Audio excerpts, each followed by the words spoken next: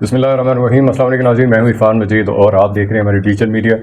ناظرین، آج کیونکہ ہم نے محافظ گروپ کے جو کینڈیڈیٹس ہیں ان کو ہم نے اپنے اسٹوڈیو میں دعوت دی ہے تاکہ آپ کو معلوم ہو سکے اور ممبران جان سکے کہ محافظ گروپ کے جو کینڈیڈیٹس ہیں ان کا کیا ویژن ہے،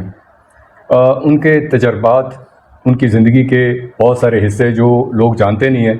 تو ہم نے کوشش کی کہ ان سے وہ چیزیں جو ہیں وہ یا ان کی زندگی جو ہے ان کے بارے میں ان سے تھوڑا سا انفارمیشن لی جائے، تاکہ جو ممبران ہیں جہاں پہ پروپیگنڈا جن لوگوں نے کیا ہے وہ یہی کہتے ہیں کہ محافظ گروپ کے جو لوگ ہیں ان کو کوئی جانتا نہیں ہے، وہ ان ایکسپیرئنس ہے، ان کا کوئی ویژن نہیں ہے۔ تو اسی سلسلے میں آج ہم نے محافظ گروپ کے جو ایگزیکٹو ممبر ہیں کمشنر مسرت حسین صاحب، ان کو اپنے اسٹوڈیو میں دعوت دی ہے، اور آج انشاءاللہ ہم ان سے کھل کے بات کریں گے اور معلوم کریں گے کہ کمشنر صاحب جو ہیں انہوں نے زندگی کے اس ایکسپیرئنس جو ہے وہ کس طرح ہم ان کو یوٹیلائز کر سکتے ہیں۔ تو سر، میں سب سے پہلے آپ کا شکریہ ادا کروں گا کہ آپ نے ہمیں جوائن کیا۔ السلام علیکم سر۔ وعلیکم السلام عرفان صاحب، بہت بہت مہربانی اور شکریہ کہ آپ نے مجھے موقع دیا اپنی اس محافظ گروپ کی طرف سے نمائندگی کرنے کا اور آپ کو اس سلسلے میں اپنے ویژن کے متعلق بتانے کے لیے۔ سر، سب سے پہلے یہ بتائیے گا کہ آپ کیپٹل انکلیو یا سروسز کوآپریٹو ہاؤسنگ سوسائٹی کے ممبر کب سے ہیں؟ میں کیپٹل انکلیو اور سروسز ہاؤسنگ سوسائٹی کا 2 سال سے زیادہ مجھے اس کی ممبرشپ کے ہو گئے ہیں۔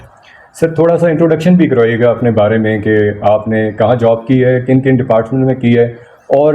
کیونکہ ڈیفینیٹلی آپ مختلف سٹیجز سے گزر کے کمشنر کی سیٹ پہ گئے ہیں، اور آپ نے جیسے بتایا کہ اب آپ ریٹائر ہو گئے ہیں، تو اپنے اس تجربے کے بارے میں بتائیں کہ یہ کیونکہ لوگ جاننا چاہتے تھے کہ آپ کی شخصیت جو ہے وہ ایز اے ایگزیکٹو آئی ہیں، تو کیا آپ اس پروجیکٹ کو ڈیلیور بھی کر سکتے ہیں؟ اس میں اس طرح ہے کہ میری سکولنگ جو ہے، میرا اپنا جو ہمارا ایک ٹاؤن ہے بفا، وہاں سے ہوئی تھی، اور میں نے اپنا جو بیچلر ہے وہ میں نے اسلامیہ کالج پشاور سے کیا۔ اسلامیہ کالج پشاور آپ کو معلوم ہے کہ ہمارے صوبے کا ایک بہت بڑا ادارہ ہے، اور اس کے بعد میں نے جو اپنی ماسٹرز ہیں وہ میں نے پشاور یونیورسٹی سے کی۔ اس کے بعد میں نے مقابلے کا امتحان کیا، اور صوبائی جو ہے سروسز مقابلے کے امتحان میں اس میں میری سلیکشن ہوئی، اور میں مجسٹریٹ رہا ہوں،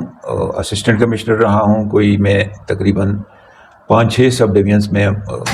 اسسٹنٹ کمشنر رہا ہوں اور سب ڈویژنل مجسٹریٹ رہا ہوں، جس میں دیر ہے، سوات ہے، شانگلہ ہے، بالاکوٹ ہے، اوبی ہے، کرک ہے۔ ان جگہوں پہ میں نے بطور سب ڈویژنل مجسٹریٹ اور اسسٹنٹ کمشنر میں نے کام۔ سر، آپ نے پہلی دفعہ کب آپ نے جوائننگ کی،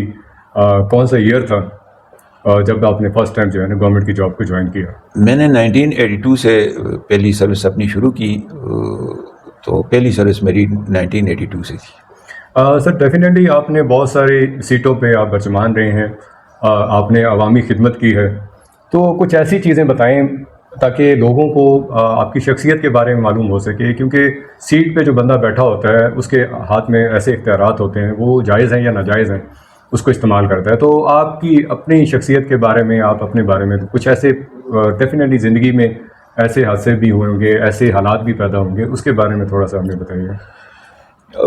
میں جو چونکہ آپ نے دیکھا کہ میں ایک سول سرونٹ ہوں، میں جو ہے کمشنر کوآٹ رہا ہوں 2015 سے لے کر 2017 تک، 2 سال تک، تو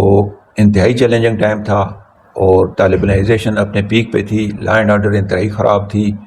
اور میں جو ہے اس وقت سپروائز کر رہا تھا 2 ایجنسیوں کو اور 3 ڈسٹرکٹس کو۔ اس کو میں سپروائز کر رہا تھا، اس کو لا اینڈ آرڈر مینٹین کرنا، اس کی ڈیولپمنٹ کرنا، اس میں جو عدالتی کام ہے وہ کام کرنے، ایڈمنسٹریٹو کام کرنے، پرائس چیکنگ، جو بھی آپ کو پتہ ہے جو سول ایڈمنسٹریشن یا ضلعی انتظامی کرتی ہے، اس سارے کاموں کو میں دیکھتا رہا ہوں، اور الحمدللہ اس نہ صرف کوآٹ میں جہاں جہاں بھی میں نے کام کیا ہے تو لوگوں کو مطمئن رکھا ہے، اپنے دروازے جو ہیں لوگوں کے لیے کھلے رکھے ہیں، اور ہر بندے کی مجھ تک اپروچ تو جی بہت آسان تھی اور ایزی ہوتی تھی۔ سر، سوالات تو کسی کی زندگی کے اوپر جتنے بھی کیا جائیں وہ کم ہے، کیونکہ ایک لمبا عرصہ جو ہے آپ نے سول سروسز میں گزارا ہے، تو کچھ خاص ایسی جیسے آپ نے مجھے بتایا کہ آپ اس دور میں تھے جب حالات ملکی خراب تھے، لیکن آپ نے اس کو بڑے اچھے طریقے سے ٹیکل کیا اور ساری چیزوں کو آپ نے بہت اچھے طریقے سے مینیج کیا، تو لازمی بات ہے